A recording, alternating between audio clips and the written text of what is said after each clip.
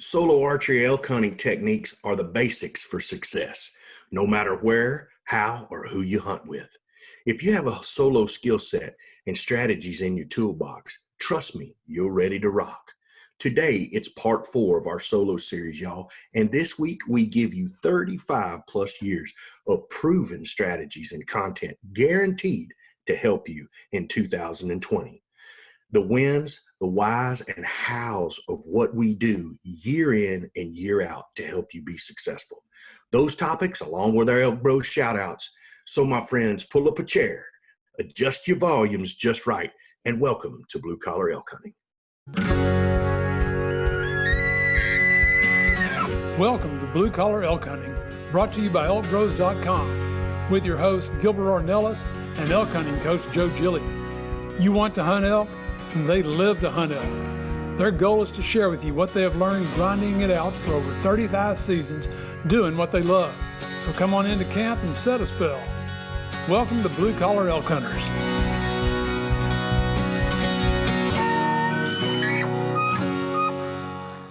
Hello there, everyone. If it's your first time with us, glad to have you. Hope you enjoy our show. And for those blue collar hunters following our show and grinding it out with us every week, welcome back to Elk Camp. I'm Gilbert Ornelas, coming to you live from Spring, Texas, the host of the show, and from New Mexico, your elk hunting coach, Joe Gilly. And from Katy, Texas, it's none other than the living legend, Luis Gonzalez. If you don't want to know, look at how he wears his shirts. He wears them backwards. So the living legend, Luis Gonzalez, the leader of the kitty cat killer, leader of the Venezuelan mafia, Luis Gonzalez. In the house. He's got a shirt on right this time, man. Yeah, he's got it turned around right this time. Well, I sent him one with it labeled, had front and back. F and B. There we go.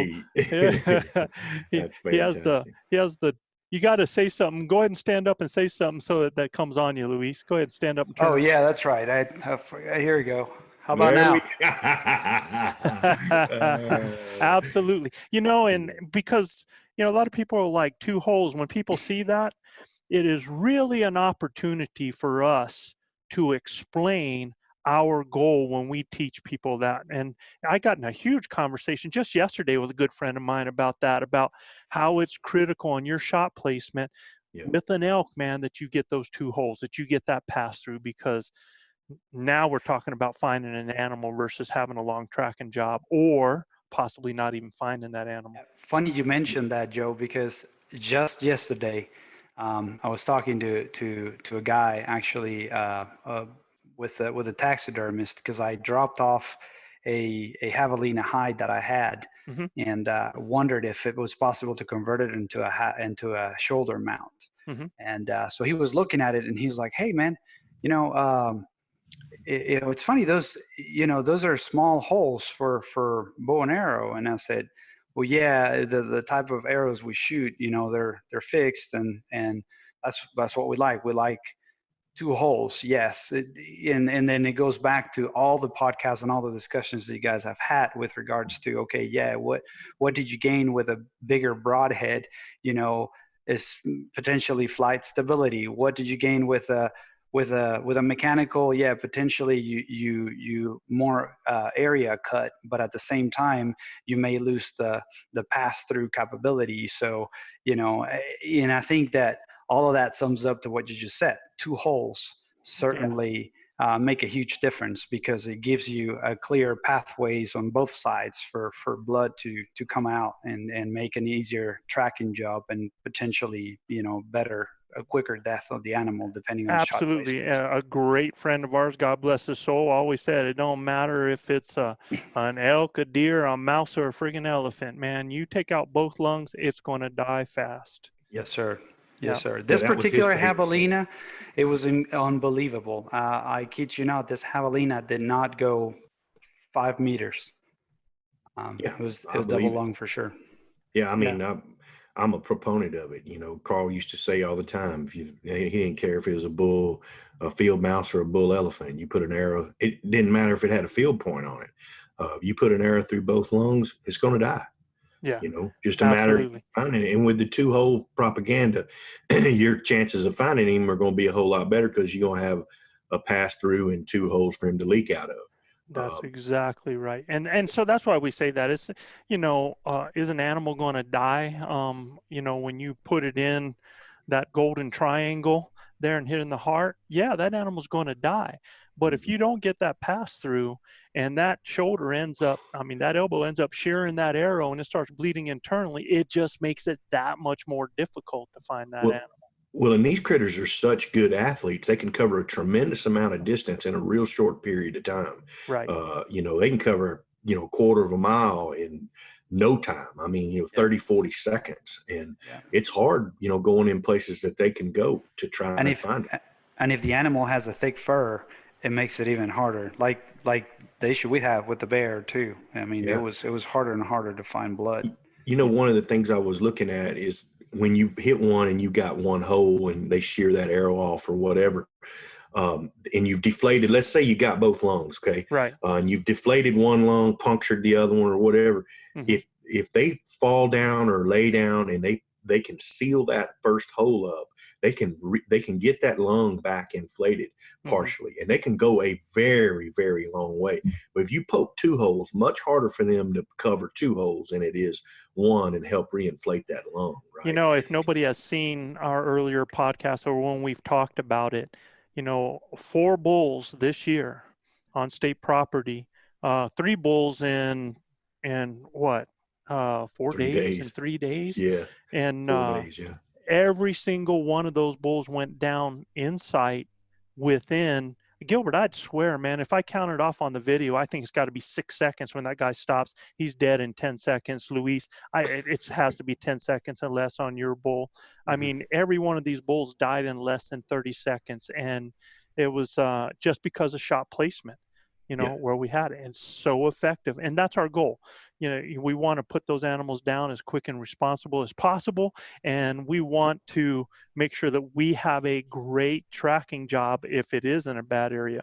You get in some places with high grass or stuff like that, or you get in some of those areas with leaves and everything moving around. It's tough, Oof. So absolutely. It's much better to go 10 yards and find him piled up. I couldn't believe it. I knew that stuck that bull really good, right where I like to aim for him, right where I like that spot to be.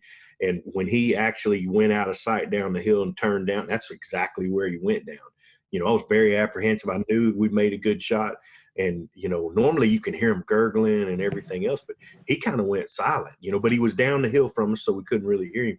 Yeah. But when we walked down there, he was piled up, and I don't know that he went 12 yards. No, and it was 6 seconds he was coughing up. And then it was boom, he went down and did the death. I think a millionfold guys need to go back and watch that podcast over and over again and understand that triangle zone we talk about. It is money. If you put an arrow in there with a really good cut on contact broadhead, you're going to be successful.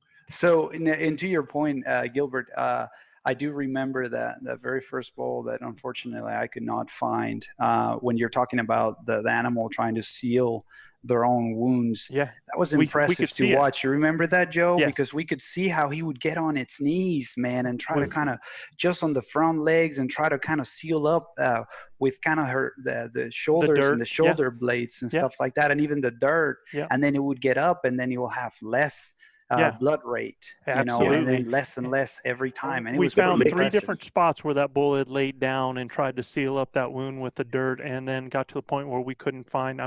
We were doing, pinhead stuff, and then totally lost it all together. 2.5 miles up and down the hills, 12-hour tracking job. Yeah. Yeah, I remember I brought you guys, burritos to get y'all some energy and everything. I'm telling you, there is something in their saliva too. Elk, deer, they have something that helps coagulate blood when they get injured. So it helps them heal that wound area at a rapid rate. I've watched deer do it 1,000 times, get hit low in the leg, and they lick that wound over and over and over again, and it'll actually stop it from bleeding. So that's crazy. There's definitely something biologically going on with them too when they start licking on it. And there's no doubt I've seen a deer lay over on its side and rub its side in the dirt. It's crazy. I just want to tell the listeners out there that You notice on last week and this week that we don't have an ElkBros mailbox, and that's not from a lack of questions. You guys keep sending your questions in. The reason for it has been because the amount of content that we've been putting out. Last week's show was an hour and 30 minutes of content. This week, the content is a tremendous amount of content, and I didn't want for this part of it. We can even do, if we want, we can even do a cast where we just do question and answer, but I don't want us to end up rushing through some of this content because I know it's so important to a lot of you guys. So it is coming back. The EBD series is coming back. You're hearing a lot of EBD within this content, in fact. Sure. So it kind of feeds into what we're doing right now. So I just want to let you guys know. No doubt. Well, Joe, you know what time it is. Let's get right to it, man. It's time for our ElkBros shout outs. If you guys are new to our show, these are just shout outs to just a few cities with the most listeners topping our charts this week. You betcha. And remember, Chav, this one's for you, bro. Healing up, man. You can find a metal alligator chasing a couple of metal grasshoppers or come across a ghost of Otto Wood. Otto Wood was a one-armed gangster on the 10 most wanted list back in December of 1931, and he met his demise in our top listening cities downtown. The local police chief spotted Otto in front of Hardeman's Furniture Building, crouched behind the front of a car as he opened fire on the gangster. After several minutes of dozens of shots going back and forth, dude, this is like the gangster movies back in the day, right? Happening out there. Well, Otto was mortally wounded, got in his car to escape, and just like you see in those old black and whites, that car steered off and guy was dead in a half block.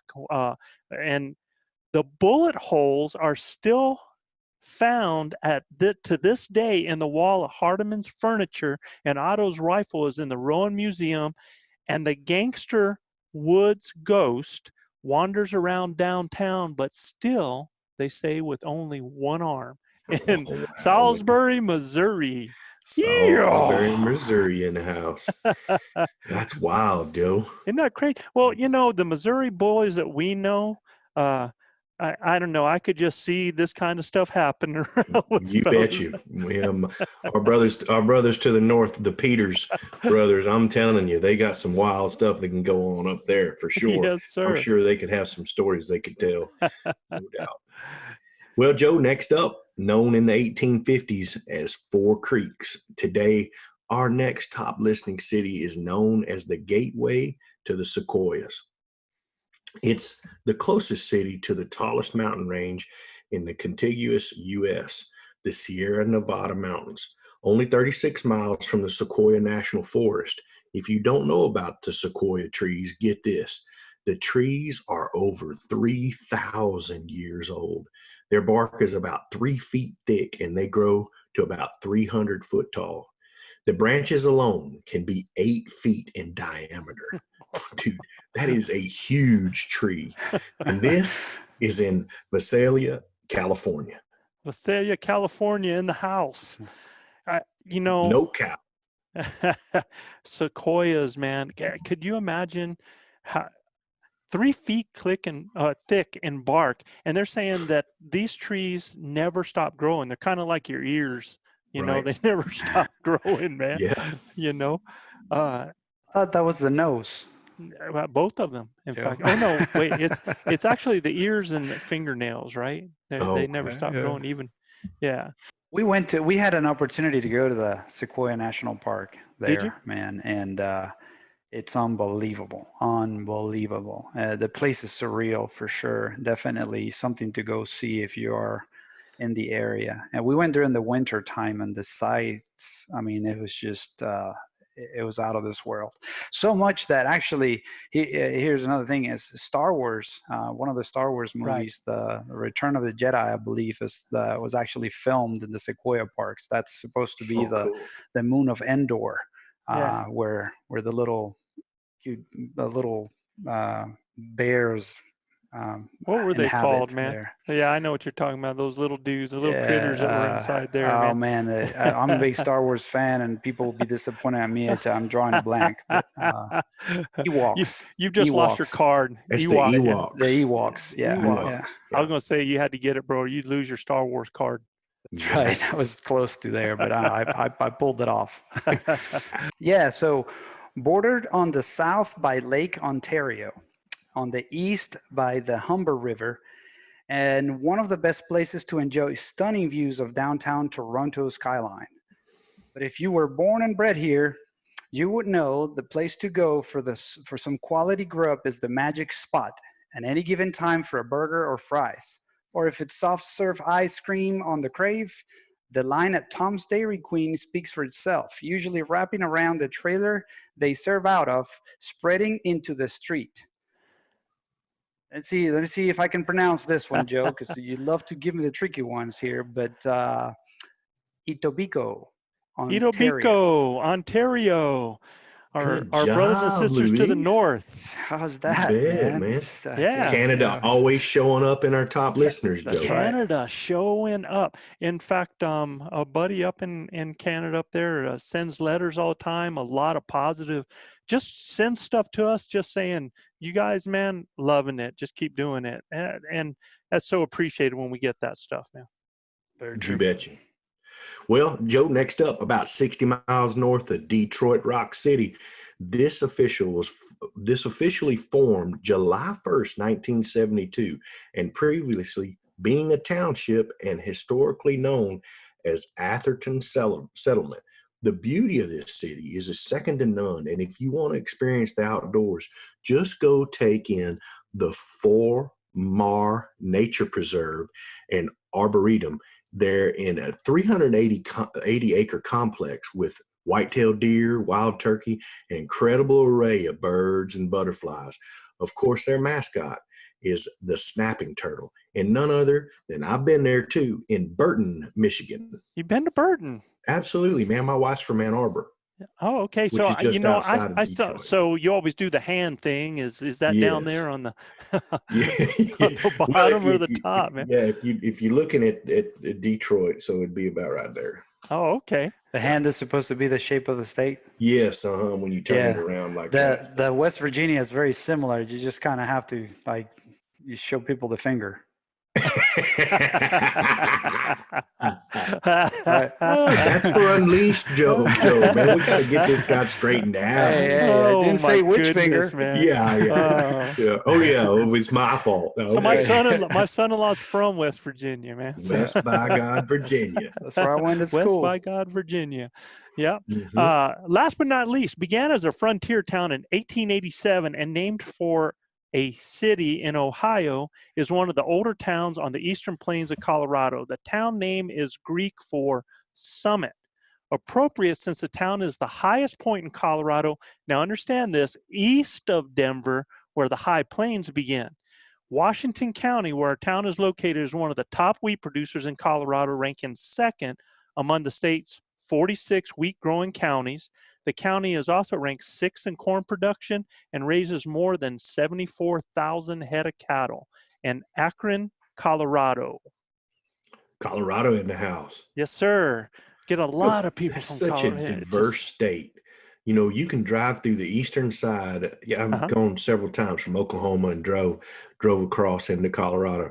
And it's like being in Nebraska on the eastern side. You know, it's flat and little rolling hills and stuff like that. And then boom, you hit that divide and the big backbone of the Rocky Mountains comes in, and it is just way different. The west side of that state, middle part of that state, and eastern part of that state. Yeah, and I mean, even when you go from the south to the north, because you go those southern mountains, it's so much New Mexico. I mean, where I'm at right now in southern Colorado, pretty much same area. It's really like being at home when I'm over there. But you start getting deeper into some of those and heading up north, getting closer to Wyoming, it just explodes in the middle, and then you start getting those beautiful Platte River areas up there close to Wyoming. It's just a very beautiful, diverse state.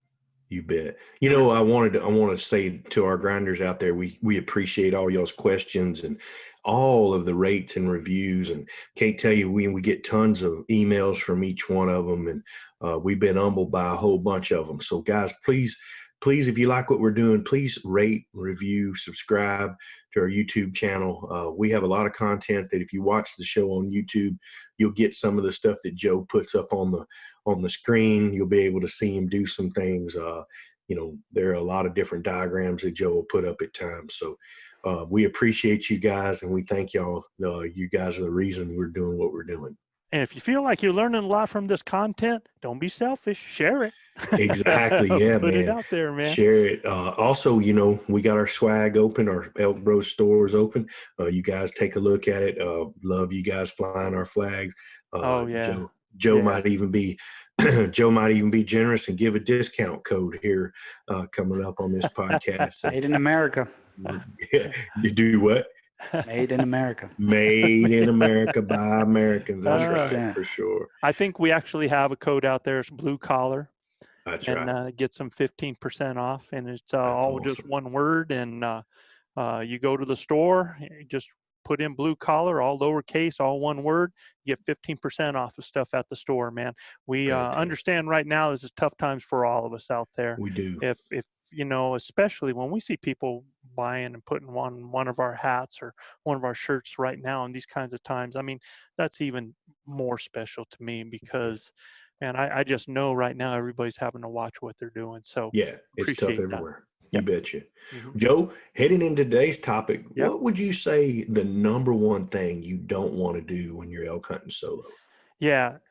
So I'm going to answer your question, Gilbert, here. Don't let me forget there, but I just want to let everybody know we were going to talk about hunting and calling tactics. When we started to do this and flesh this out, there was no way we could do both of them in one. So we're going to cover those hunting strategies and tactics this time. We're going to do the calling ones next time. And makes sense. And to answer your question, Gilbert, I just want to make one thing clear. And I want all of those hunters that are coming from states that they've hunted deer, whether it's whitetail, whether it's muley, and they've never hunted elk. I want to make sure you understand one thing. When I am hunting elk, I am not a deer hunter, okay? Whitetail or muley, I do not hunt like a deer hunter. I'm telling you, do not hunt like a deer hunter. I think that is the number one mistake. When I'm hunting elk, buddy, I'm noisy, I'm loud, I'm moving fast at times. And if I'm solo, I can tell you what, there's times in the right situation when I'm going to pretty much walk up to a bull and kill that sucker, man. And that's not something that this is not how you act when you're deer hunting. It's different. And, when I'm elk hunting, I actually don't expect to see deer. I don't expect to see them because of the way I'm covering the country, man. Sure. So I think that's the number one mistake I see out there. If I had to compare elk hunting to anything of all the things, I'd compare it to turkey hunting. And, and a lot of people do those comparisons, as far as calling, you don't have to worry about your scent with turkeys. They got a real sharp eye, and the problem with the turkey is you're just freaking scared of everything, Yeah. But if I was going to compare it to anything, like some of the setups and some of the things you do and how you can use decoys, all those different things, I think that's what I would compare it to. Now, am I telling people, Gilbert, that deer tactics, some of those tactics won't work on elk? Absolutely not. Because their skill sets too. They got their place at times. Tree stands, hunting trails, hunting water, hunting feed, stalking, and I'm telling you, even we've mentioned this before, rattling. Oh yeah. These are things you want in your toolbox, guys, because in the right situation, at the right time and place, they have and they will continue to kill elk. But I kind of here's how I think about using those tactics versus how we do it. To me, those methods are like bobber and bait fishing in a lake. Yeah. You bait your bobber, you cast that puppy out there, and you're just waiting for a fish to come by. Mm-hmm. And to me, and maybe it's because of my ADD, maybe it's how I am, maybe it's my nature, but I want to take it to them. I want to be more of a move and hit river fisherman. Find the spots, find what creates a response, make a presentation, and set that puppy, man. Yeah, that's 100% what we do bass fishing. We ain't sitting in one spot. We're moving constantly, chunking and winding, moving, looking, hunting. It's more like hunting when we're bass fishing. Right. Yeah. And what you're doing, the difference between the two is, one, you're waiting for an opportunity. Yeah. The other one, you're creating the opportunity. That's right. And, you know, so when we start going now into these tactics and strategies of how we hunt solo, again, we're considering that this is a person all on their own, given that particular skill set. And I want you guys that are listening to understand something here. You've got to always ask yourself, okay, what am I hunting? Okay, am I hunting any elk? Am I hunting a small bull? Am I hunting a mature bull? Understand this: when we hunt as a group, we are targeting bulls. But it could be a mature herd bull, it could be a satellite bull, it could be a trailer, it could be a bull with some bachelors. We're looking for bulls that are trying to set a pecking order. We're looking for bulls that want to gather cows. We're looking for bulls that might be working cows. And we're looking for bulls that are feeding in the corridor areas, what I call corridor areas. You remember what I meant by corridor areas, guys? You bet. Yeah, those areas in between. from the feed areas to the bedding areas. That's right. Right. And the reason I like to learn to hunt the corridor areas, and I also like to hunt bedding areas, but the reason I do is it's going to extend your hunt, man. You're going to be, again, taking it to the animal instead of waiting for them to get to a park, you know. Yeah, and traditionally most of that's thicker too. Easier to, get them in close. Right. And some of those corridor areas where they're actually going to start feeding during the day is going to be areas with cover, but still going to have grass in it. So it's got a little bit more of a break in the canopy, but they're going to kind of feed down into those open parks where they're going to feed in bed for the night. Right? Yeah, it makes sense. Okay. For clarity, one question. So, and I know we've talked, again, there's other podcasts that cover this too, but in summary, it also depends what time of the year you're hunting.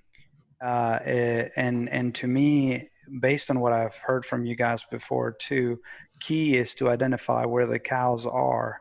I think regardless of what kind of bull you're hunting, if you're specifically hunting, looking for a bull, I think, once you identify where your cows are, you try to stick with them and understand what the herd is doing, what they're doing, where they're going. Right. And again, depending on the time of the year. Is that correct? Yeah, I think when you're hunting is paramount to understand, the pattern that the elk are going to be in.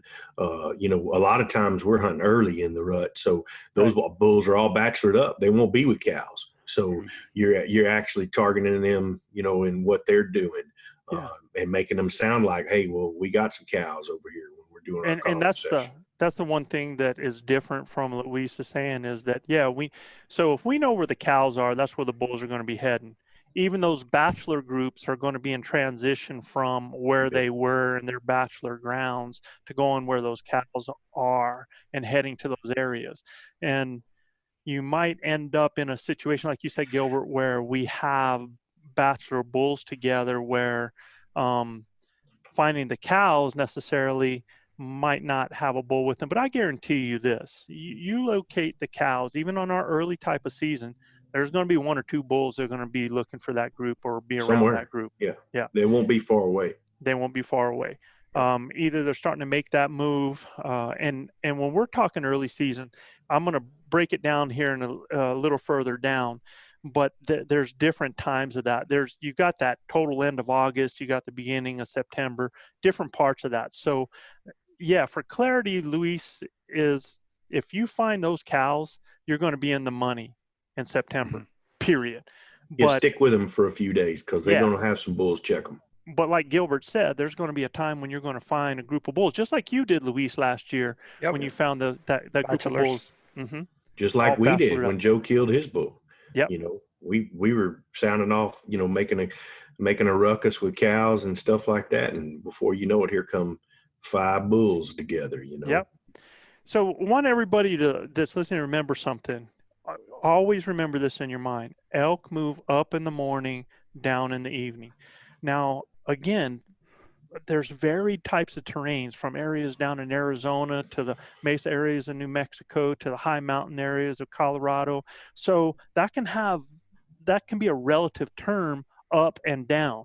They're going to be someplace where it's defensive, where they can smell the best, where they can see things that are coming at them. But generally, in most areas where we hunt elk, we've got some kind of rolling hills.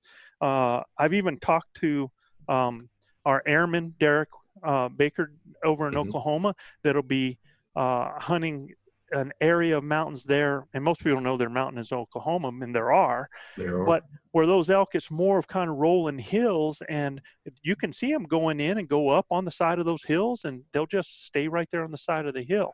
So wherever you're at, the elk are always going to, wherever they're at in the morning, they're going to move from there, and they're going to move into trees, and they're going to head to bedding area in the morning. In the evening, they're going to be moving down out of those trees to their night feed and their bedding area for the evening. It's their best defensive mode for them. Always remember their main goal. The bulls are getting to where their number one goal is breeding. The cows who are leading the bulls, it's not the bulls that lead the cows, it's the cows that lead the bulls. Right. Their number one goal in life is to stay healthy. They want to feed as much as possible because they got to be healthy to have their calf, and they want to live to see the next day. So they're going to put themselves in the best defensive positions that they can in order to do that. Okay. So with Joe, that, I actually got to witness the calves leading everybody last year. A calf? A calf, yeah. Well, when you call that calf with that right. lost cow, and everything followed it. Yeah. So really, that calf was coming into our calls, right? Yeah. You know, Thinking it was another herd of elk. Yeah. And so who that knows? calf He was might have lost his mama. Who knows? But he just heard something sound like his mama, and man, he's coming. Yeah. Oh yeah. When I was doing that super lost interesting elk behavior for sure. I'm telling you, Carl Gamage and I called one in so close you could rub it on its nose. It got that close to us. And I mean, it was wild. I've never seen anything like it. They come running in. Yeah, I kept calling, and Carl said, "Keep doing it. He's gonna walk right over us." And I'm telling you, I could have reached out and touched that elk. He got that close. It's a cat. Yeah, I've had calves come in, lost his mom. like Luis said, that have probably lost their mom, like you said, probably lost their mom, and they'll come running into a cow call, and they'll spook a little bit, and they just don't want to leave the area. Yeah. They know. That's right. They're trying to find somebody. So number one strategy, number one technique. I want everybody to understand, and I explained this to another young gentleman that was working in my yard yesterday, that this boy has incredible elk hunting knowledge because he's been with his dad, who's an elk hunting guide for years and years and years. He's comfortable around the situation. He understands it. He's been raised hunting elk, basically. He's got a huge step on most of us. But the one thing he doesn't do is he doesn't call. He does not call elk. And that's because he usually has always had somebody else to do that for him. So I want you guys to understand this. My number one strategy, my one tool for creating opportunities is calling. Okay? Yeah. To kill an elk, you have to find them. And because that's half the battle. If you're going to kill one, you just find that booger, man, and you're in the money. And I use different sounds to get some kind of response. I don't care if it's a bugle, chuckle, groan, mew, or if it's a bull raking, or even if they're tipping antlers. I'm giving calls out there, hoping to hear. It doesn't have to be long, doesn't have to be loud. It just might be, it might be just like that. It might be it might be just a chuckle. It could be a bull mew, and trust me, I've heard people say that you don't want to use a cow call in the beginning of the season and the early season, but you do want to use a bow call, man. They do mew. Okay. So that's my goal is, and I use this strategy of calling in some shape or form 90 to 95% of the time. That is my number one strategy. Luis, you've been with me when we've hunted bedding areas, right? Sir. But even though I'm working through a bedding area, every now and then, yeah, Mhm. right? You sound like some cows going through the area. So, and understand this, a response might not always be a sound. Now, my goal is to get a sound because I've identified an animal. I know where they're at. I can either make a move, one thing or the other. But a response also sometimes is them just coming into you and coming in silent. And it's interesting, Joe, because it's to you it's very simple, but actually in reality, especially for us new hunters to try to understand the whole language deal, it may seem very complex. And the reason being, it's because what you call the type of call you make, Right. it depends on so many factors. It depends on the time of day. It depends on the area where you're at, and again, the type of call that you use may vary depending on all that. And the frequency also depends a lot. So, you know, the last few years where we've tagged along and hunt with you, it's been more of trying to get that second nature. You know, way if you of hear this, you should respond this way. you should respond to that, and you should do this, and it's extremely interesting because there's a logic behind it, but for you it's second nature, but there is a logic behind all that, and I'm sure that's what you're trying to get into today. Well, and I think for first time guys like Joe's trying to talk about, maybe your guys that are just starting out, man, just a basic cow call is a huge deal for them, because it's really about getting a response and then making a plan on how to close the gap, and get in position to make the shot.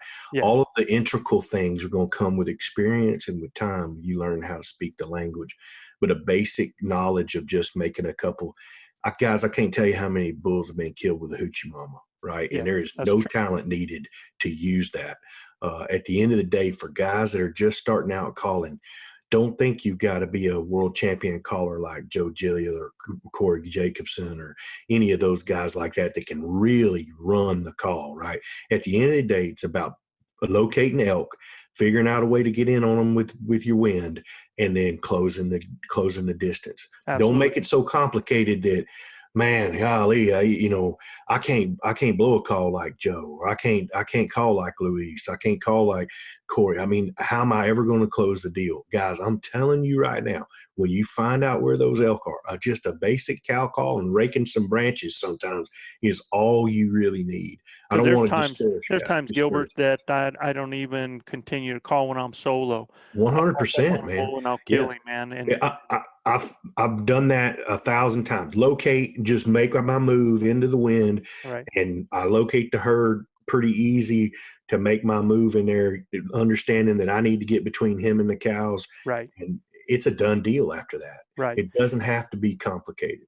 But I just want people to understand, though, if they are going to consistently harvest an animal and fill their tag every year, they have to learn to call. Yeah, man, I agree. I agree 100%. And totally agree with you. It does not have to be world championship calling. It doesn't have to be, you know. But I think we've said this before too, Joe. I mean, if you learn one good bugle, just a good location bugle, and a good cow mew, and then learn the different intensities on those two, I think our emotions behind those two, I think you're golden and ready to go out there and increase your chances. Well, because most of those emotions have to do with length, intensity, voice inflection.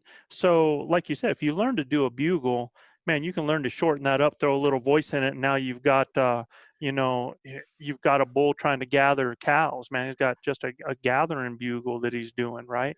And I've been so fortunate to be able to hunt with you, who can, make a bull made a black stump. I mean, at the end of the day, Joe is one of the best callers in the world. But I've had the opportunity to hunt with guys that didn't have that skill set, right?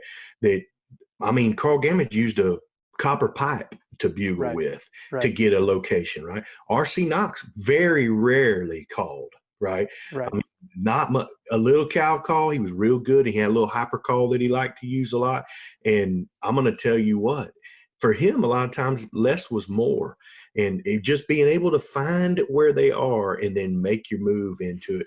But they all had some level that they could do, right? Like I said, Carl would use a copper pipe, and man, it made such a far away bugle that those bulls would sound off all the time. So you knew exactly what location they were going to be in because he made them talk. And there were a lot of times where if you hammered a real hard bugle, they'd shut up. Right. Oh, heck yeah. So, and see, that's a good point though, Gilbert, because a lot of it has to do with not necessarily what you say, it's how you say it and how that, if that's the appropriate response for what's happening in the situation. Yeah, and what time of year too? You know, I hunted the peak of the rut in the muzzleloader season. I think you could have took a whoopee cushion and mashed it real hard to make a and the woods would come alive with bugles and everything. I told you I've gotten out of the truck and slammed the truck door and had a bull scream at me, man. It was kind of like exactly gobbling, man. But you know, I think if we're talking to our everyday do-it-yourself guy who's going to hunt solo and going to hunt the first part of the rut, or even into the middle part where we hunt bow hunting, you definitely got to learn a location bugle, and it ain't got to be all that in a bag of chips. And you got to learn a little cow call, even if it's when you start out you using a hoochie mama. At the end of the day, I'm telling you, you're going to be successful because you're speaking the basic language of the elk herd and then using your hunting skills to get in the middle of it. Well, I saw an ad on Instagram. Elk 101 posted a statistics on that rate of success of an elk hunter is 10%. I was struck by those statistics because obviously I've been fortunate enough to be exposed to a different percentage than that, just being around you guys, right? Well, and the other statistic you didn't go with that is 10% of the hunters are killing 90% of the elk. So it's generally the same guys that are doing a lot of that year after year. You know, you got small percentages of people that are taking one here or there. So the point that Corey Jacobson's trying to make in that when he's doing that is that there are guys, you know, it's kind of like I watch these guys that play poker and everybody goes, well, it's a game of chance, right? It's not. I mean, you do the right things when you play Texas Hold'em. The same guys end up at the end there most of the time at that end table. And it's the same thing with elk hunting. And to some level, it's a game of chance, but you have to do everything possible to increase your chances. Well, it's a game. Sure, it's hunting, bro. Yeah. But the great thing is these animals have weaknesses that we're able to take advantage of. Exploit, day in and day out. You understand how to exploit that weakness. Yeah, and you know it's number one, they're herd animals, right? And number two, they're breeding. Their breeding drive to breed it overrules everything for a bull, man. Yeah, for a bull for sure. And cows are slaves to their bellies. They gotta eat. They're gonna be where the food source is. So the predictability of the animal is one that is a given for us, right? If you're educated in their behavior and what they do, you can consistently find this animal and put yourself in a position for an opportunity. That's right. And that's what I want people to understand. And people are like, well, where do I start? What do I do? And that's why they're talking about these strategies. You know, let's say I do get a response. Well, okay, what do I do when I get a response, right? and that's great. And it's a valid question. Yeah, and it's the problem with the answer to that is because there's so many variables. Okay. Right. So here's the thing. I'll tell you what I do after I get a response. It depends on these things. Number one, the type of response. In other words, what type of sound was it? Was it a bugle? Was it a chuckle? Was it a mew? And when I'm saying mew, again, I am targeting bulls, and bulls do mew. I've had bulls that when they're just mewing, all they're doing is bulls are just finding out where they're at in their location. There's a bachelor group there, and they're just wanting to be with other bulls, or they're wanting to check out another bull there. If it's a bugle, then I'm going to once I get that bugle, there's some things that I got to figure out. A chuckle means something to me too. It means that they're not in an aggressive stage necessarily. So the type of response, what type of sound was it? Was it bugle, chuckle, or mew? Was it immediate or was it delayed? And if it was immediate, I know that I just got an emotional response from a bull. If it's delayed, that means I've got a bull that is just saying, hey, y'all, I'm here, right? I'm over here. I'm a herd animal, right? So I'm right here. Did it have emotion to it? And people ask me all the time, you know, what do you mean by emotion? And you can hear it in an elk's bugle when they just do the pretty with nothing on it. You don't hear any grunt or at the end of it, or you hear that at the beginning, you know, when they're putting that inflection into it. You know, that's when you start to get that emotion. Does it just scream right away? You know, when you hear that location bugle, that long, you know, reaching the tone, getting to the high pitch out there, that's just a location. That's just an advertisement. Okay. You can tell by an animal's how they put it out there. It's just like me. If I told you and I said, Gilbert, come over here, Gilbert. Or if I said, Gilbert, you know, I mean, right away, oh man, I got somebody's attention, right? Okay. So are they just advertising? Are they irritated? Are they challenging? Or are they just saying I'm here? So I want to know what type of response I got. So this is going to help me in how I'm going to respond to them. Okay. What I do when that happens. You can ask anybody that hunts with me, and it seems like my response is this: point and go. Okay. Basically, people, when they see me, my physicalness means I hear that bull and I'm closing the distance. But in my mind, I'm working this stuff. This is stuff that's actually working in my mind immediately, man, that a lot of people don't see the wheels spinning. I'm trying to decipher a lot of stuff. I mean, I can tell you what, as soon as I hear an animal, first thing I'm wondering is which direction the wind's blowing. 100%. Yeah. Okay. As soon as I get a response, the first thing I want to know is which way, what's the wind doing? Because that's going to dictate a lot of stuff I do. Okay. Then as we're doing this, as we're trying to figure out what I do, I'm going to figure out what the bull's next action was after that response. Did he bugle again? Okay. In other words, he screamed at me once. Did he scream again? Is he screaming multiple times? If he's screaming multiple times and he's moving off, well, that tells me that's a bull going to a destination that most likely has cows, right? If he sounds off and he's sounding off closer to me, well, now I better start looking for a setup, because now I have a bull that has sounded off by himself, right? He's responded again. You know, he's basically searching me out and he's already cut the distance. I had better start looking for a setup. Okay. And guys are like, well, when you look for a setup, what do you look for? A lot of times that happens. Sometimes your setup, if that bull's right on top of you. What's that?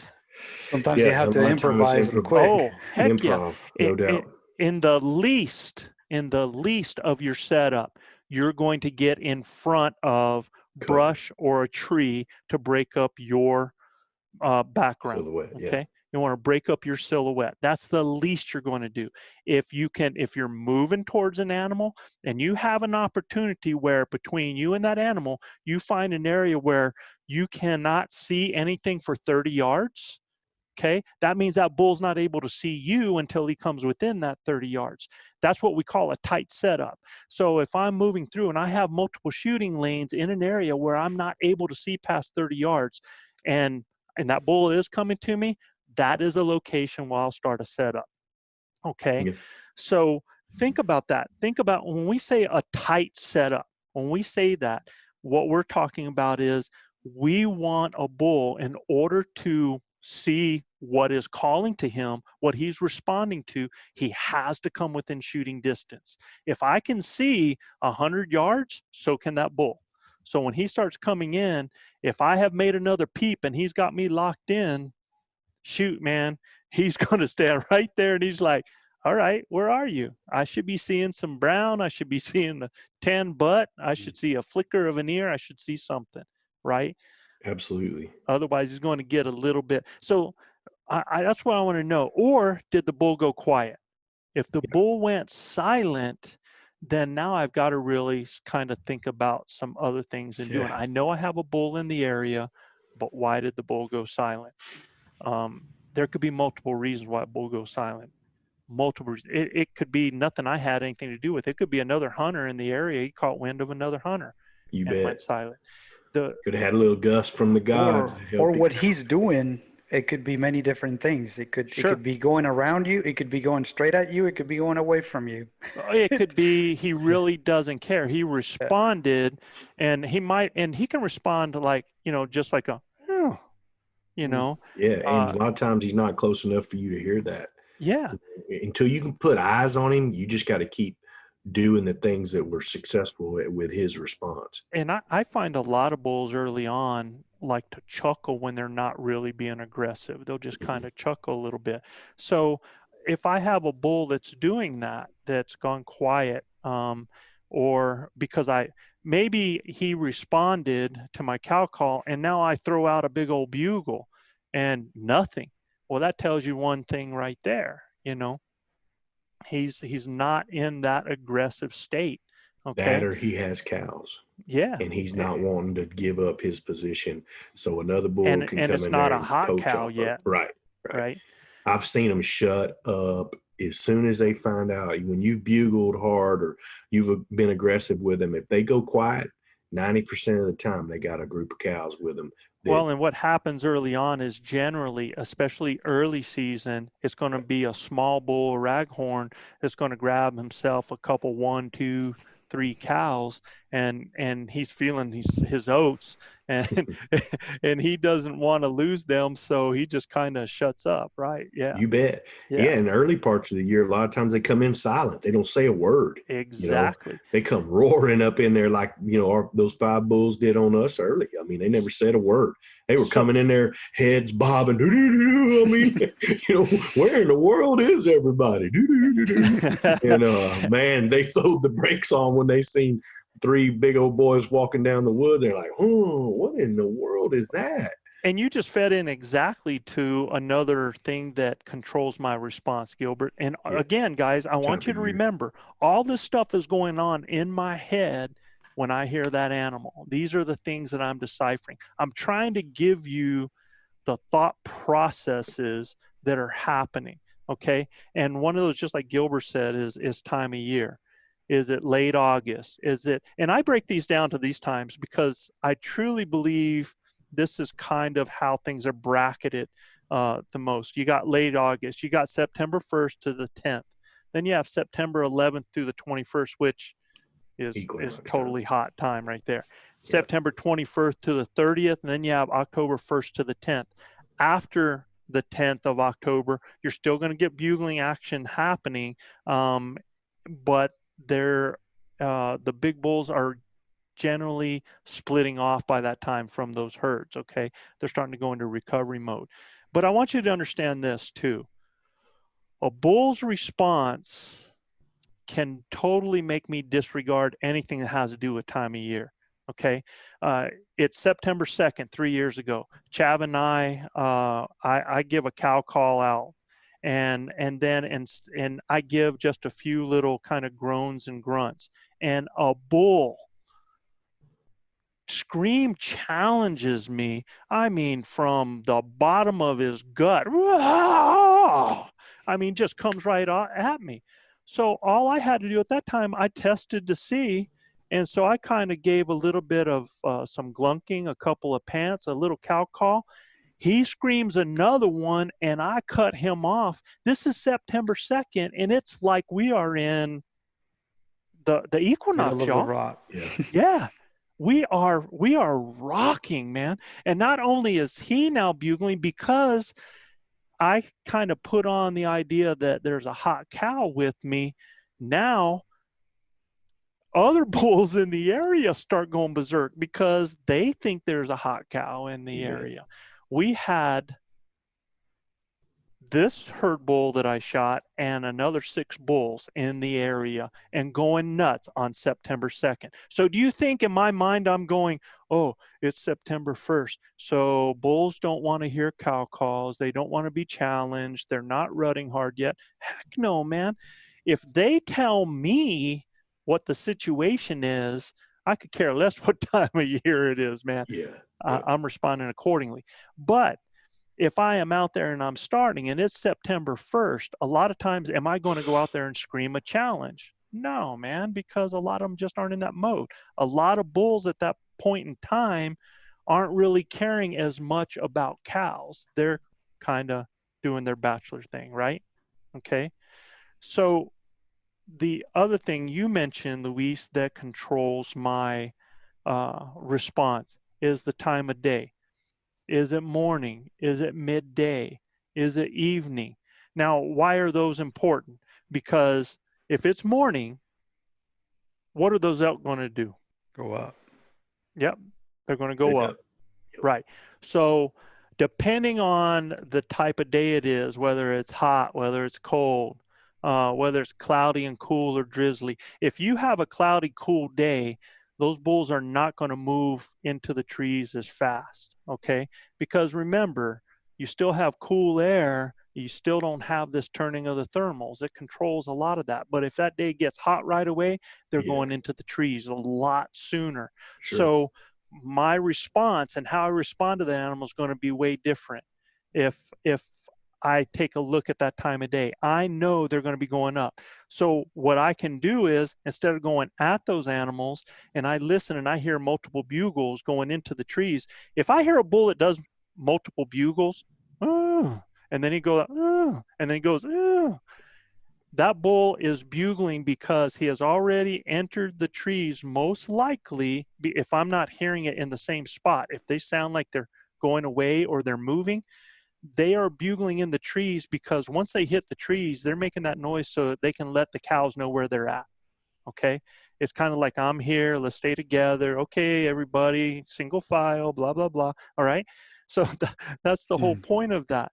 All right. So if it's a morning, I know they're going to go up. If it's midday, now I know I have some more time if I hear a bull bugle from an area because they're in their bedding area most likely. If they continue to bugle from the same spot or not, it's going to tell me something. In the evening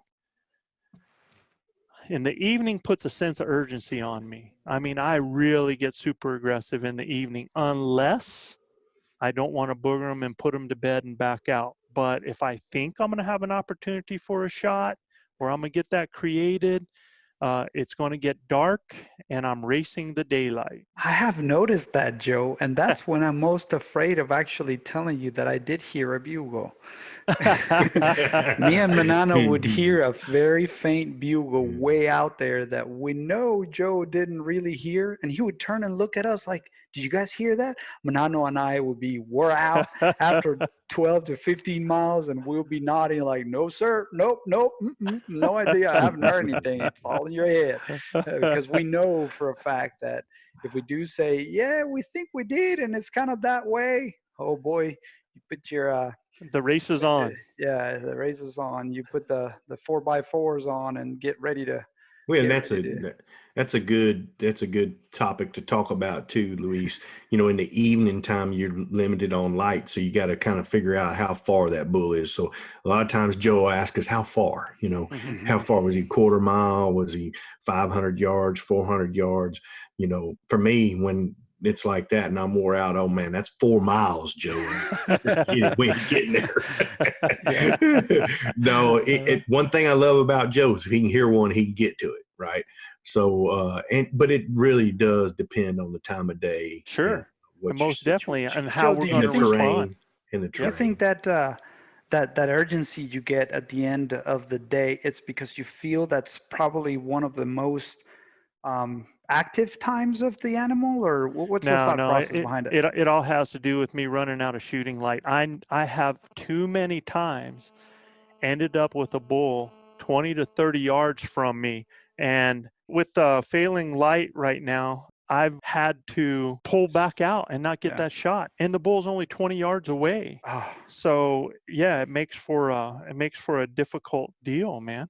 one of the things that I heard that kind of was a little bit of an aha moment for me as far as speaking the elk language was that they gave an example of a guy walking into a farm market where they sell fruits and vegetables. The guy stands up in the middle of the market on a elevated surface and he starts screaming, you know, wrenches, I don't know, screws, light bulbs, you know, just all kinds of nonsense, right? And people would actually look at the guy. Obviously, they would hear him, look at him, and they'll be like, what's up with this guy? And they wouldn't want to be anywhere near that guy because they don't know what that guy's going to come, you know, is going to act like. So they actually kind of walk away from it. But if you have, you know, that same person come in and put themselves in the same position and start screaming, you know, we have an offer, you know, 2 apples for the price of 1, you know, 3 tomatoes for the price of 2. And then now people is actually paying attention and trying to get closer to kind of understand what deals are going on now. And that's how people actually get close to it. And that's, if you can take that and kind of translate it a little bit into communicating with elk, is kind of similar. You can easily spook elk by not using the right calls at the right times. And the opposite happens when you use the right calls at the right times. You know, I thought that was a great way of explaining it. It really is. I've been privileged to hike in on some herds with Chav when we weren't hunting and we were done. You know, we've already harvested our elk and we moved in on them, and and be able to observe them, listen to their language, and then try to get in the middle of it and speak that same language. And you know, you can tell real quick when you do something and they all go, "Hey man, why'd you say that?" You know, because it ain't the right time to say that, right? And I've wanted to get bulls. There are several bulls in a group, bunch of cows, some spikes, and the spikes are usually the ones that don't care what you're saying, right? They just want to be part, right? So they come over and they're aggressively coming over to see what's up. But a herd bull or even a big bull or satellite bull won't even lift his head from eating, right? You're like, man, what in the world? And then all of a sudden you hit a note where it may be just something real subtle as a nasally man, then the bull raises it. It's like, okay. So yeah, man, it really takes you understanding the mood of that herd, the mood of that bull, right? That are there, you know. Joe, you had a story the other day where you actually blew a whole herd up by just making a faint cow call in a moment that they weren't expecting it, I guess. Yeah. Well, it was because I didn't match my environment. None of them were talking. The bull wasn't talking. I sneak right in the middle of them and I throw out a cow call. And yeah, it was like somebody farted in a party. What?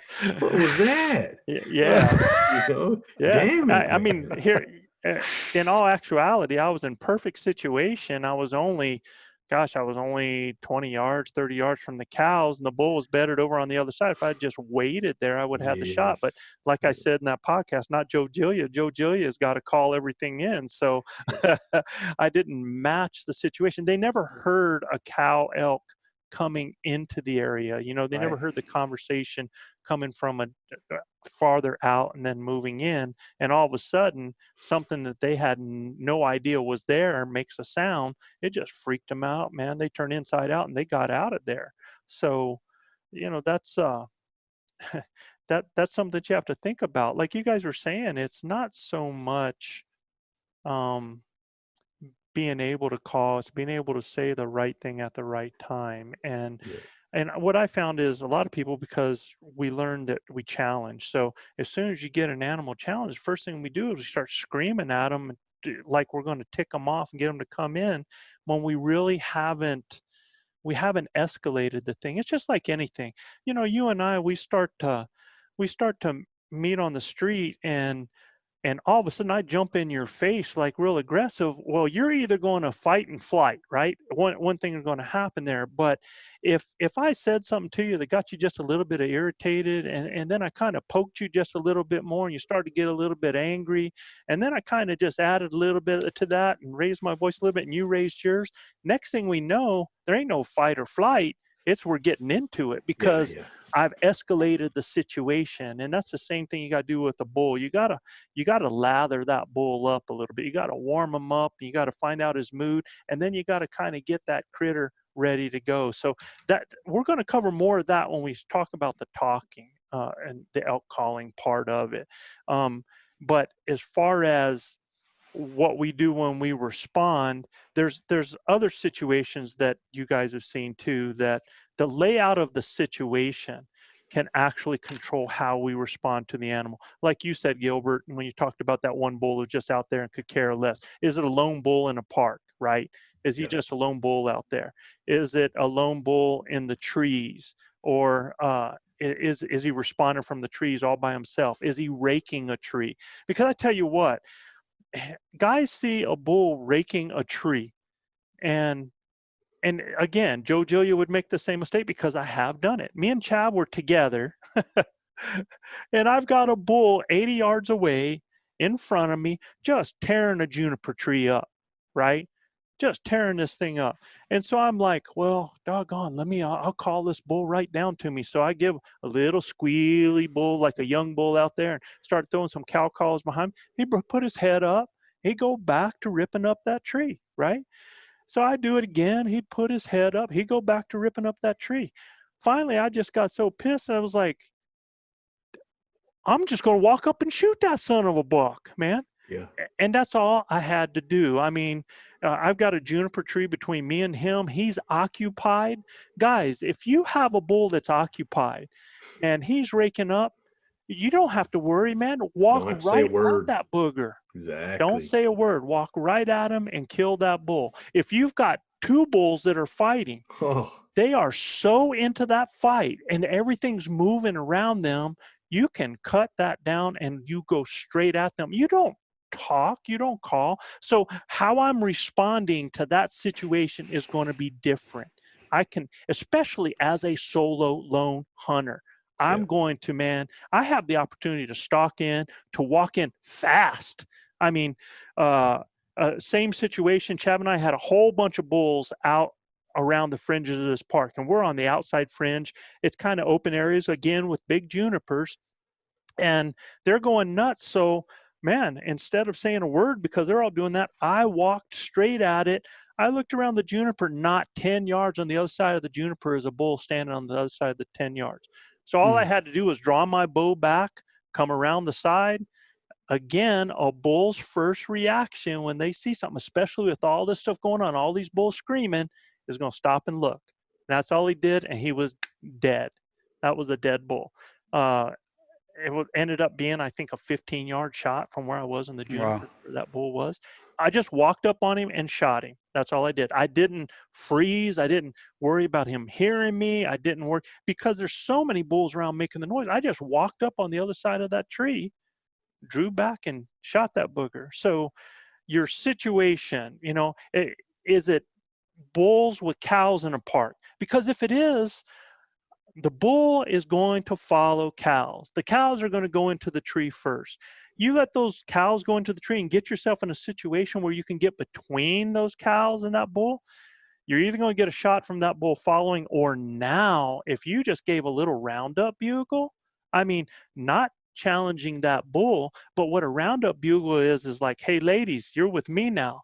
I got news for you. That dude in the park is going to come unglued and come up there, right?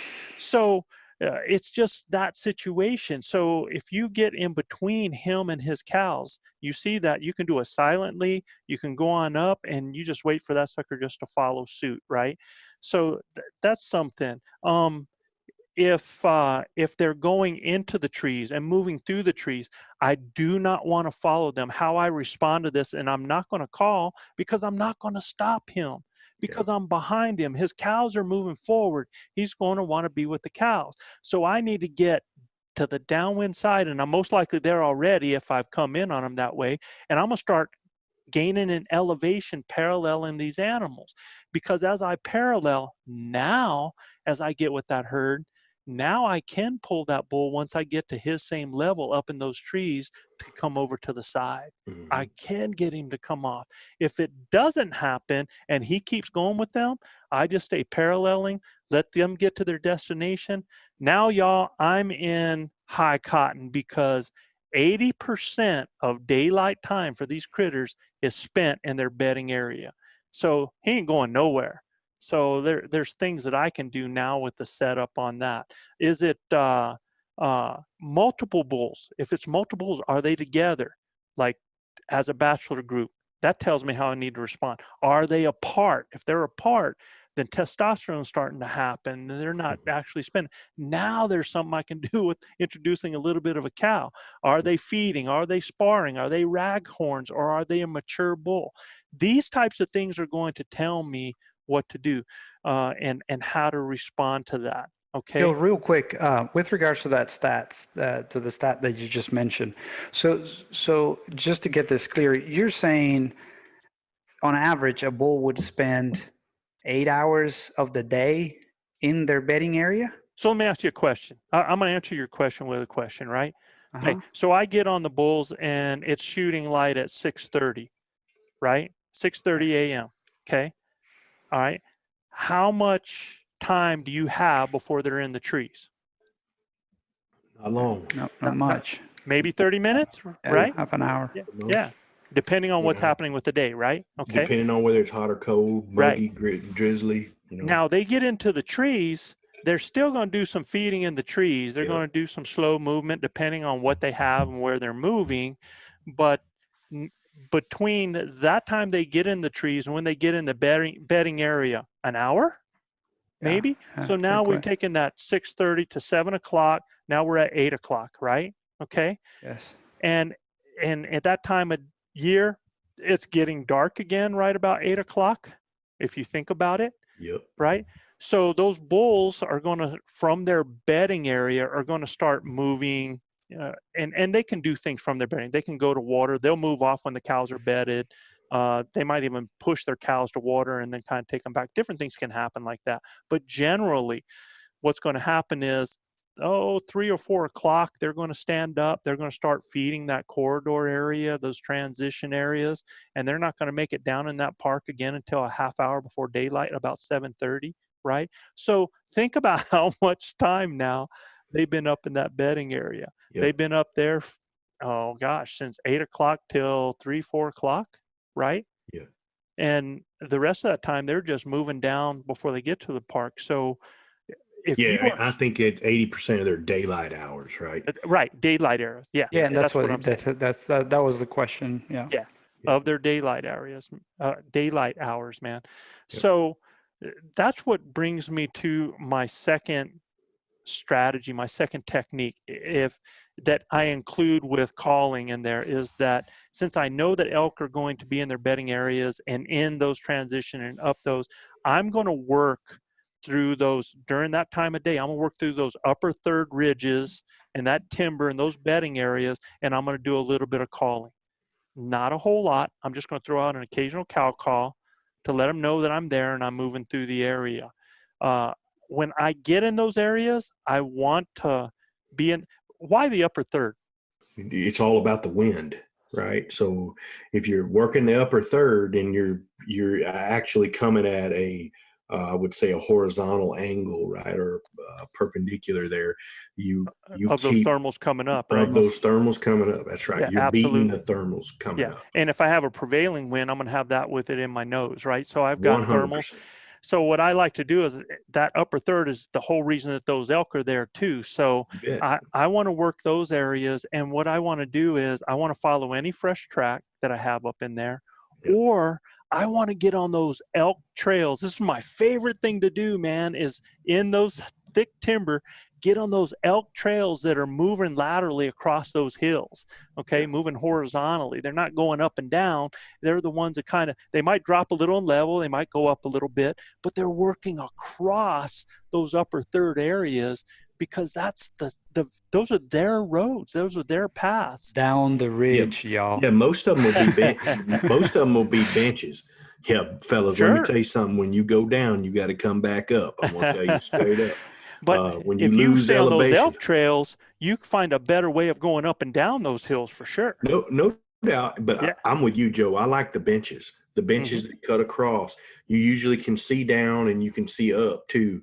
And just easing through those benches, calling, man, you actually call things to you or call things down to you. I mean, And seen it happen a lot. When you get in those areas that timber is so thick that there's no grass on the ground, that it's just dirt and there's downfall and stuff in there, and you're catching a whiff. So with this technique, guys, anytime I'm hunting like this, my nose, because if I'm not getting a response, my nose is what my number one tool is, because I'm trying to smell these critters out. I'm doing the same thing to them that they do to me. And elk smell very strong. So I want to hunt that upper third area. Sometimes I'll, even if the wind is like coming at a side, coming down the side of that ridge, across the side of that ridge, then I'll actually kind of zigzag a little down and back up like that, hoping to catch a scent of those animals where they might be bedded. But that's something that's a technique that I really use, especially when they're not sounding off a whole lot. I really want to use my eyes and my nose and find that sign and catch that smell.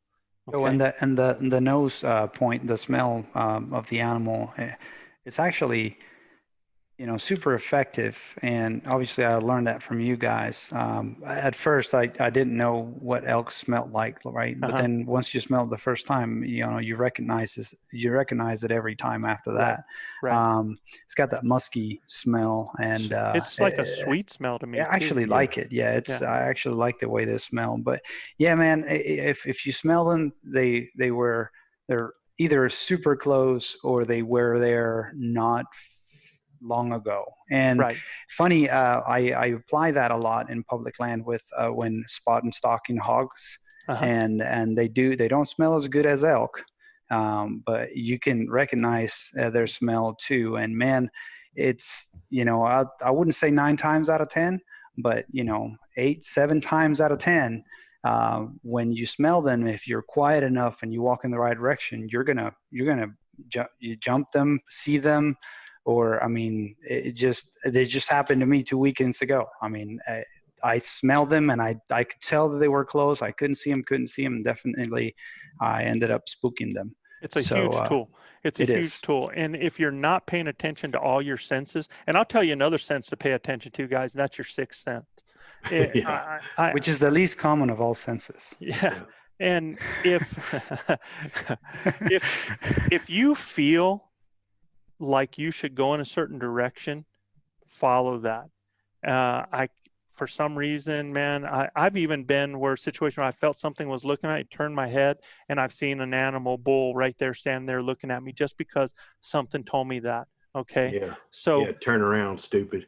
Yeah. I'll never forget me and Chav and Brendan this year. I've been calling, had a great sequence and everything. We're all looking, into the wind, thinking, man, the bull's going to come from this direction. Something on the back of my neck, and Brendan's told him to turn around. He turns around, there's a bull 45 yards from us staring us down. Yeah. It's like, oh gosh, a valuable lesson. Always have a guy, if you in a group, always looking around. If you by yourself, keep your head on a swivel, keep looking. And I'm going to tell you too is I believe in that sixth sense works both ways. That's why I don't like to look an animal in the eyes. It's just I feel like they can feel me looking at them. So whether that's a fact, fiction, or whatever, it's just what I believe. It's in my heart, and I kind of go with that. Sometimes I feel they can hear my heart pounding, man. Well, I think that's why it's important for a hunter to work at relaxing and enjoy the moment, because I do feel those animals can feel that tension, man.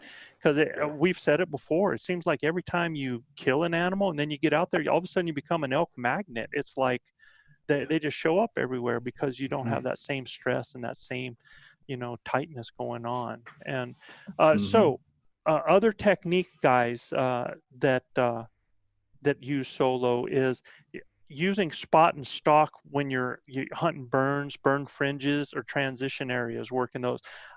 I do not like to wait and park for animal. Again, I'm not one to bobber fish, right? I like to make things happen. And I know that elk are going to get out of their bed, 3 o'clock, 4 o'clock, those shadows start getting up. They're going to stand up. They're going to pee. They're going to start feeding around a little bit. And then they're going to start using that transition areas to feed on the way to the open parks. That's the areas that I want to be, whether it's semi-covered burn areas. They're not going to be in the wide open yet, but they're going to be on those fringes of that because they want to feed in those. Or again, those transition areas that might have more open canopy. So I like to be in there, and I'll try to spot them. If they're not sounding off, or if I'm close up to them, then I'll do a spot stalk type thing and work on there, because now again, the benefit of being solo is I don't have to worry about anybody else's scent, anybody else's sound. I can get in. Okay. Probably one of my strongest techniques that I do, and this would probably be up there close to the top, and I held it down here because it really is something that people have been with me have seen, but I like to create my own party. I'm going to go more in depth on this when I do the solo calling episode next week. But what I do, one of my techniques is to portray a certain scenario. Okay. I've heard other guys call them sequences, which is a great way to do that. It's just, when they say sequence, it's just putting together certain types of calls.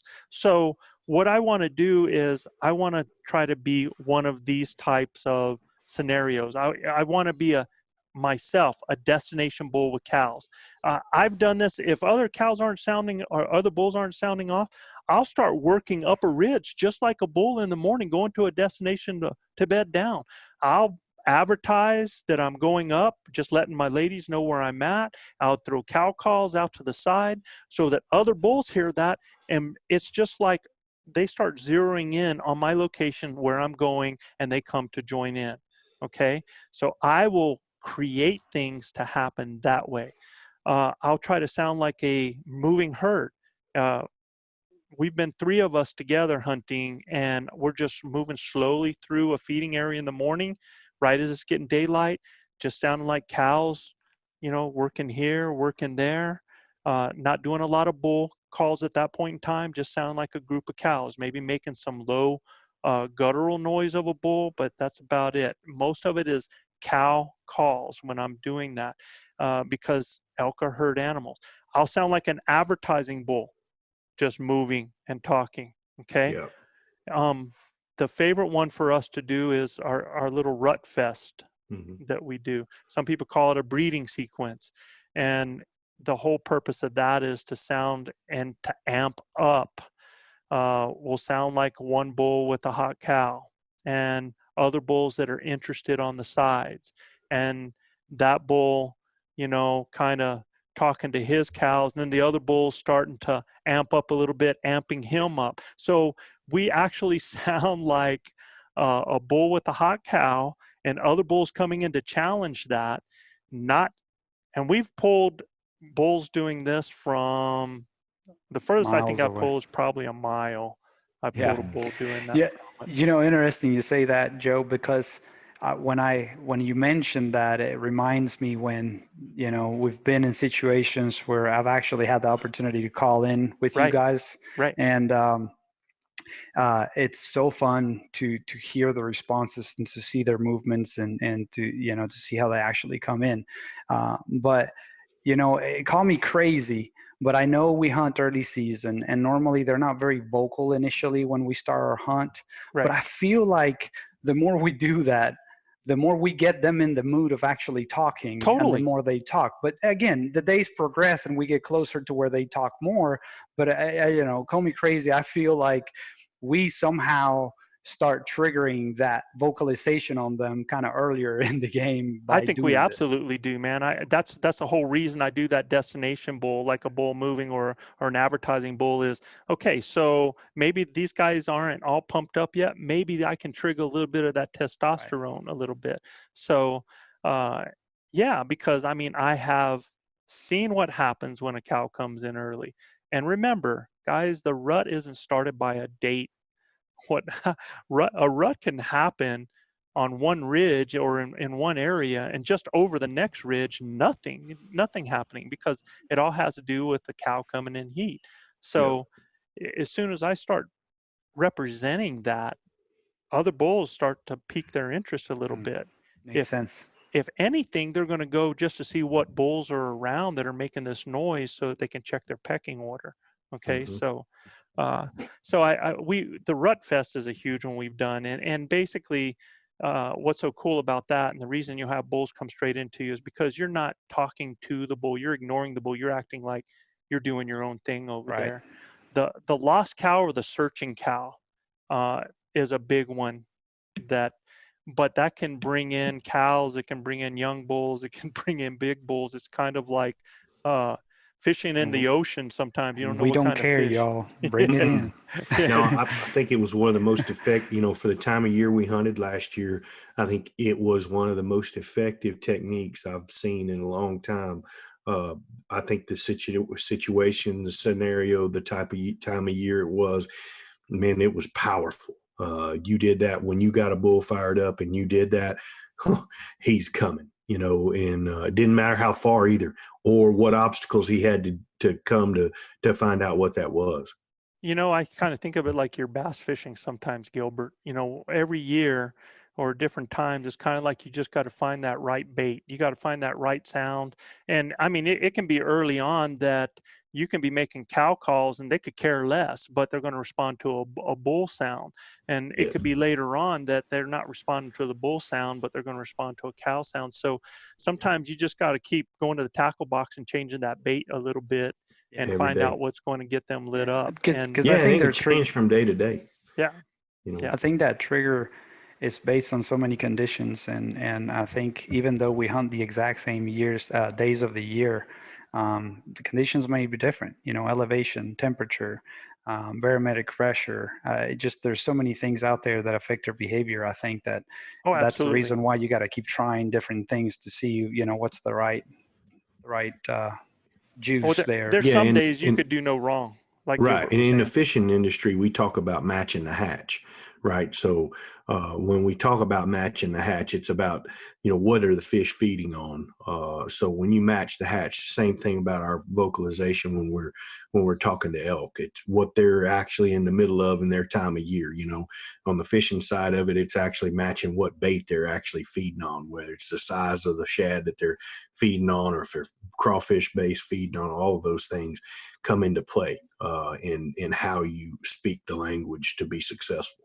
And I want everybody to understand there's another scenario where you're just doing the bachelor party, and the bachelor party isn't a bunch of yelling, bunch of screaming. It's just some of those bull sounds that you'll make where you kind of do the raking. And remember, guys, raking is huge in all of this stuff when you do it, especially the Rut Fest.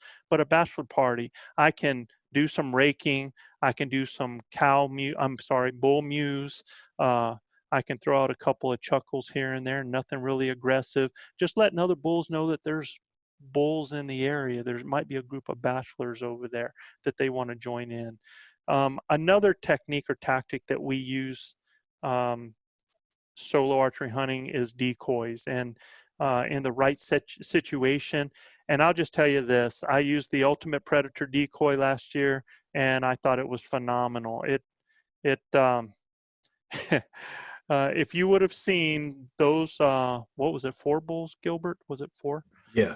Mm-hmm. We had 5, but the 5th one bugged out early. Yeah, walking straight into me with that decoy standing up in front of me, and me with my bow in my hand shooting through that hole. It was just incredible. And we used it in multiple situations to get different bulls' attention, and it worked great for us. Yeah, we used it on the bull I killed to make him kind of feel better. He was looking over. I think Brendan had it at the time. Yeah, he did. And he did a little ear flick. Little ear flicker. And that kind of sealed the deal. He actually turned the right direction we wanted him to turn. Absolutely. And we got her done. And I'll tell you just a couple other situations you can use to your advantage sometimes is what is converging bulls. If you have bulls that are screaming at each other, and they're challenging. You can tell that one bull's moving on the other. You don't have to say a word. Pay attention to your wind. Get to a point where you can actually cut off one of those bulls moving into the other one.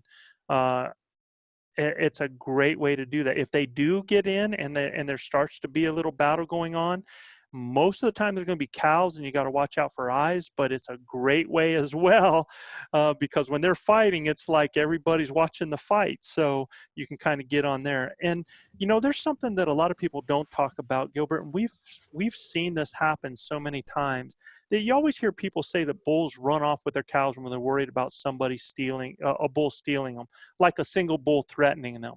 However, if you hear a bull that's moving up to an area with his cows and you sound not challenging to him, but another bull with a bunch of cows moving up to that same area, I've seen it so many times over these years where that's a special scenario, and it's a perfect storm. Yeah, and what happens is they all understand this, that when bulls know that other bulls have a herd with them, then it's a plus, because one bull is not the only bull that's going to breed the cows in his group. It's going to be multiple bulls. He's not able to do that. Every cow that comes in heat has probably 4 to 6 bulls that will end up breeding that cow before it goes out.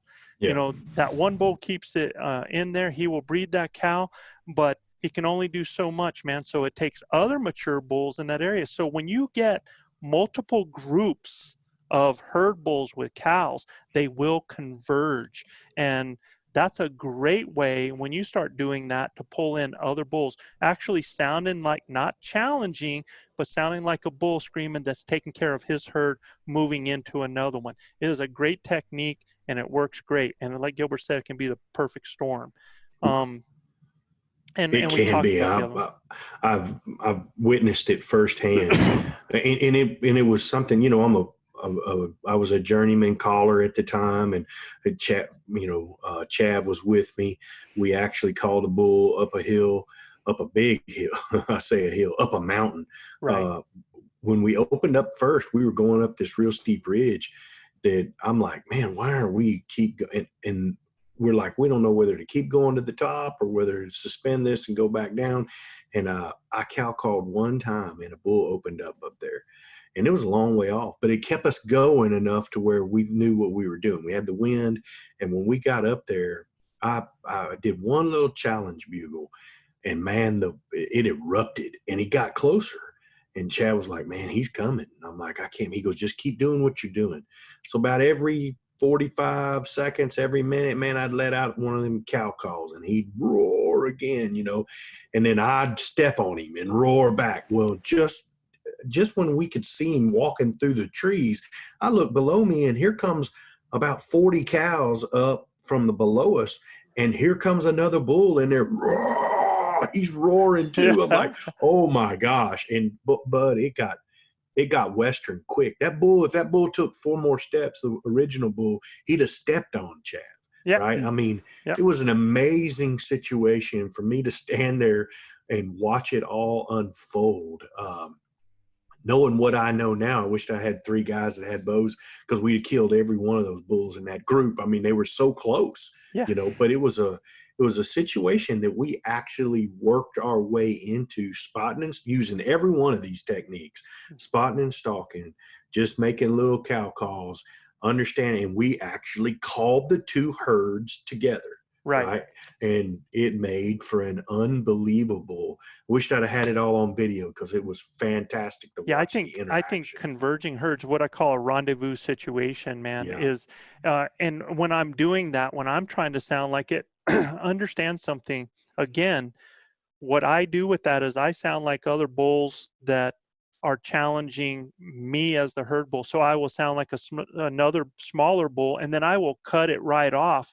And doing all of this, just changing directions, intensity, and levels. Or if I have another hunter with me, I can do that as well, where we can do that. But in a solo situation, all I got to do is I kind of sound real weak going off, and then I'll cut them off real big with the herd bull, or do a roundup bugle, and then do some of these cow calls. So it sounds like I'm not doing anything to to make that other bull that I'm hearing bugling off to my side that's converging with me to sound like I'm trying to challenge him. All I'm doing is defending. I've got my own cows. I'm chasing off my own little satellites over here.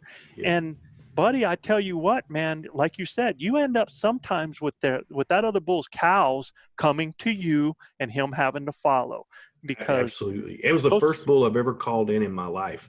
It was a few years back, and I'm going to tell you, it was such a powerful experience that I went, I got to keep doing this. This is fantastic, you know. Yeah. So I know Luis feels the same way, and it's once you guys get a little taste of it, have a little bit of success, and earn some of your opportunities, man, you guys are going to be hooked on this for life. There's a lot of honor in being able to call in an animal that size and that smart into a friend, you know, to give him an opportunity. You know, it's an incredible feeling, like you said, Gilbert. Oh yeah, live for it. I live for every one of these Septembers. Next week, guys, the plan is, and let me say, look, I know I just went through a lot of stuff, and a lot of you guys out there, you might be developing questions as that's going around. Send the question in. If you want to hear a little bit more about one of our scenarios, if you want to hear a little bit more about the other situations, if you want to hear anything about any of this, the questions that come in your mind, just send us an email. You can send it directly to me. I'm Joe at ElkBros.com. You can send it to Gilbert at ElkBros.com, Luis and Chav. All of us are our first name at ElkBros.com. And just send those questions in to us. We'll be glad to answer them. Next week, y'all, we talk about the calling. So now we're going to take some of these situations that we're talking about and just go a little bit more in depth with those solo calling strategies and tactics. You're going to need an expert for that, Joe. So I'm going to volunteer myself to be back. Oh, I forgot you're off. You're not on board next week, Luis. So man. Well, I mean, we've hinted to a lot of that stuff, and we've actually talked about a lot of that stuff now already, kind of a little bit. So we'll see how it comes out and how long it takes us next week. If it's going to be short, we'll throw in a ElkBros mailbox or whatever. But I'm going to tell you right now, you guys do not want to miss next week. Joe is going to put on a show. We're going to make sure that he stays healed up and he don't have any problems with his nasal compartments or anything like that. Joe, get on necessary techniques to take care of your sinuses, because we're going to need you to blow it out next week, Joe. All right, guys, if you like what we're doing, please subscribe, rate, and review us. Go to Apple Podcast or iTunes and review. You can check out more elk hunting content at ElkBros.com. And always, if you've got a question for me or Joe or one of the boys, y'all send your questions in to info@ElkBros.com. That's info at ElkBros.com. For myself here in Spring, Texas, Luis Gonzalez in Katy, Texas, and your elk hunting coach in New Mexico, Joe Gillia, we appreciate all of our listeners. God bless you guys. Stay safe. Take care of one another, and practice your social distancing. And like I say always, husbands, at this time where we're at in our Corona-19 stuff, please fist bump your wives fist bump your husbands, fist bump your children, keep your broadhead sharp and your powder dry, and we'll see you next week right here on Blue Collar Elk Hunting. Thank you, y'all. Peace.